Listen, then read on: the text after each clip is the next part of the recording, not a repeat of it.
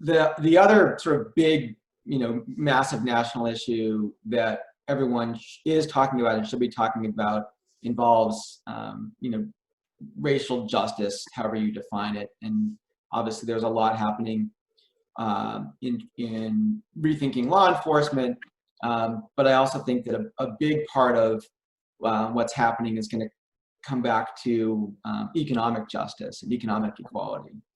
And just as you said, procurement's been right in the middle of unemployment, getting back up and running, and PPE, finding PPE. I know in a lot of places procurement is smack dab in the middle of this one. So love to hear your thoughts on what DGS is doing around expanding opportunities for historically underutilized businesses, and sort of maybe if you think that this big important event is having an impact, in Pennsylvania and beyond on this conversation. Yeah. Well, thanks for the question. This is actually something I'm really passionate about. And it's I think I've shared with you before, David, this was the first thing that Governor Wolf asked me about when I took the job, right? Is what could we do to make sure that Pennsylvania does a better job with respect to diversity and inclusion in state contracts.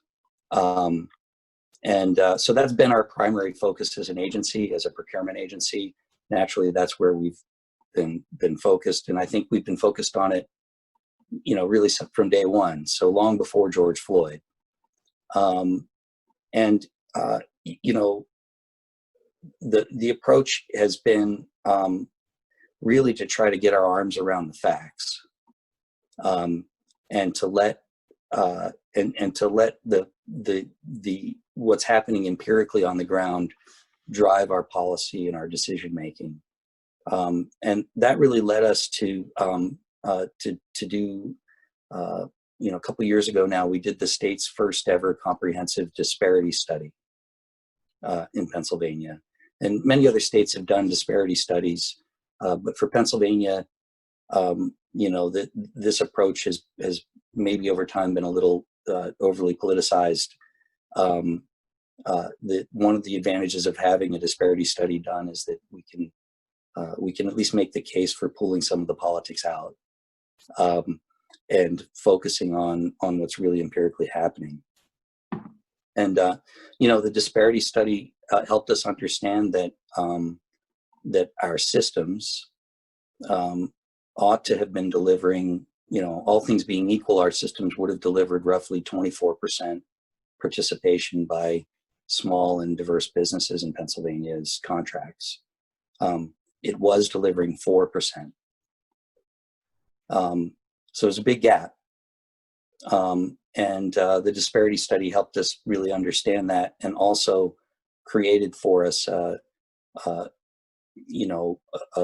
legal framework and a premise to get more aggressive in terms of formulating solutions that would help us get from 4% closer to 24%. And that means primarily moving to a system of goal setting within our procurement. Setting, rather than setting goals, or rather than leaving the amount of participation up to a matter of competition and scoring, and rather than setting a goal that is uniform across all procurements, we now have a system where where with each significant procurement, we evaluate the market, we evaluate the opportunity for small, diverse businesses, and we set reasonable goals based on the availability of firms who can do the work. The net of it has been positive. Just prior to COVID, the data suggested that we had very nearly tripled the amount of participation in state contracts by small and diverse businesses. We were approaching 12%. I'm terribly worried about what COVID has done. Yeah.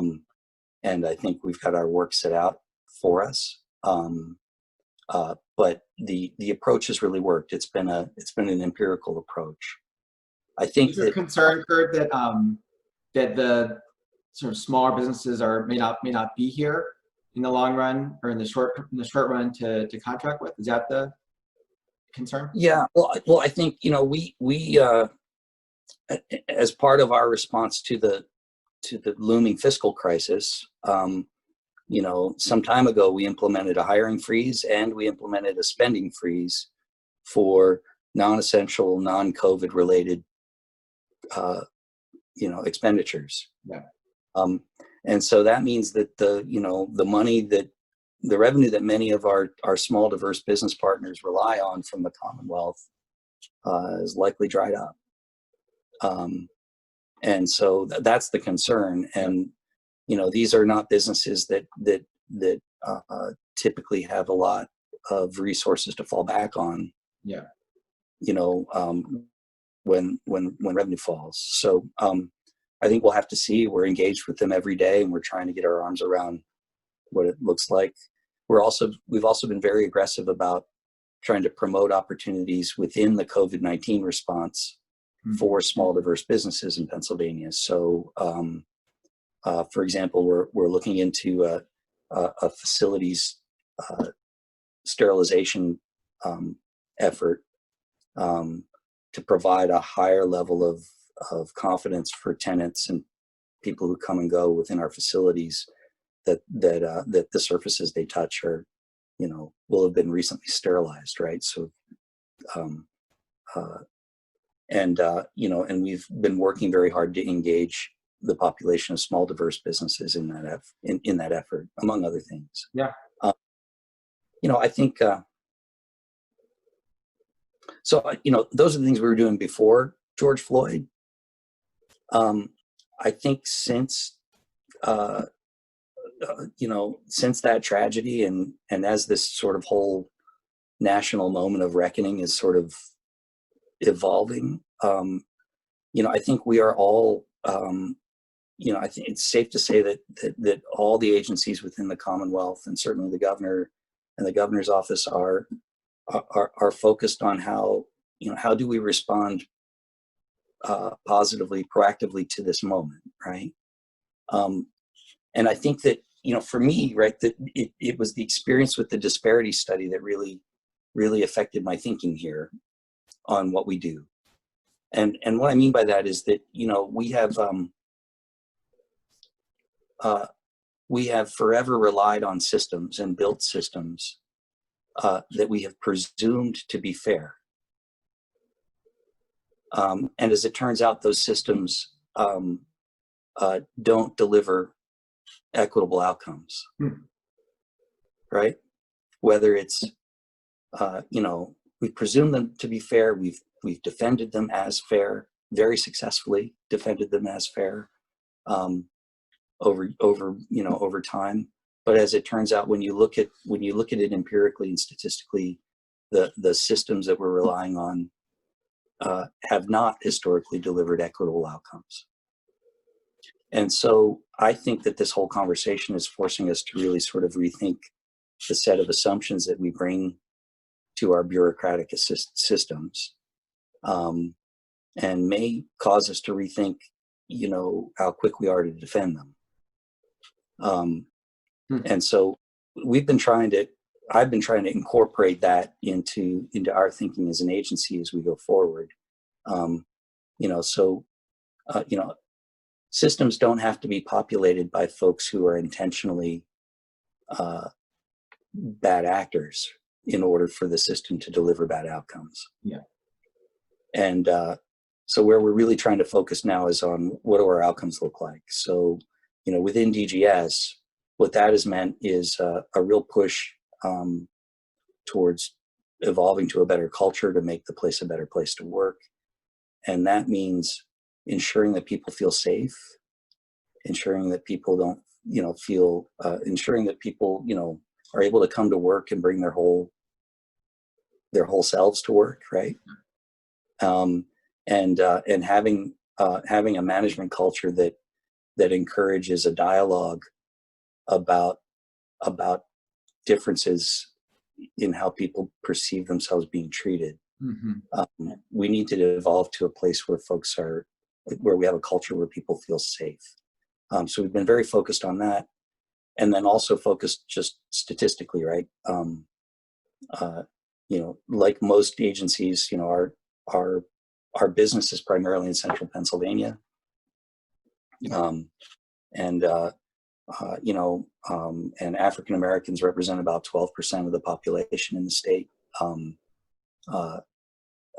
But it's very clear that, when we look at the ranks, particularly as I move up in management in the agency, we get whiter and more male.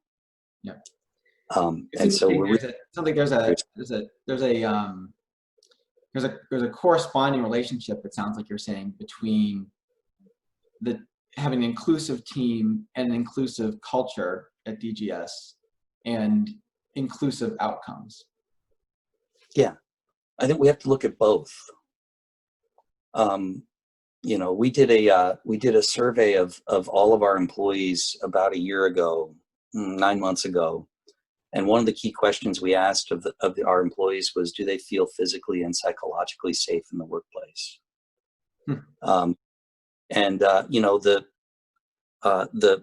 great news, right, was that I've forgotten the exact number, but something like 86% said, yes, I feel physically and psychologically safe in my workplace. But you can guess what the bad news is, right? The bad news is that 14% said no.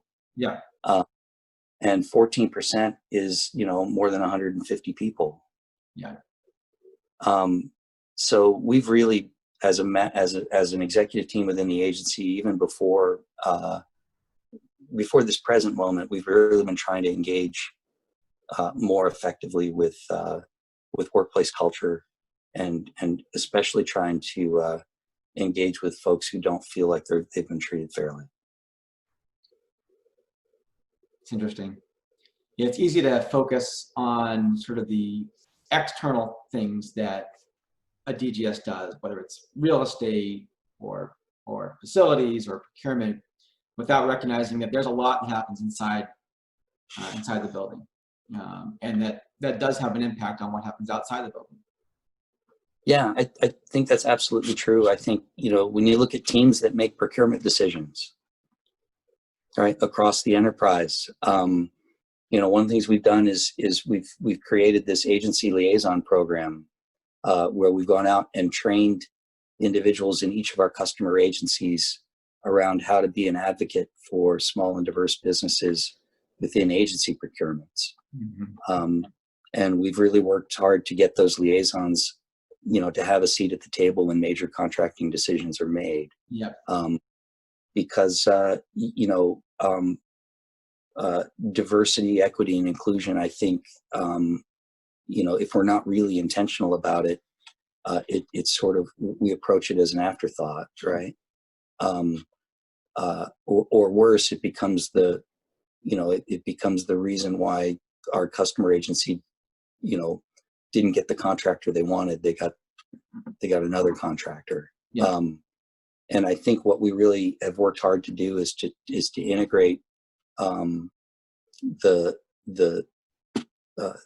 SDB effort within our larger set of procurement goals, and help work towards a world where folks understand that we need a system that delivers equitable results, and that is an outcome that is valuable to us and to them as our agency customers, in addition to price and technical and the other things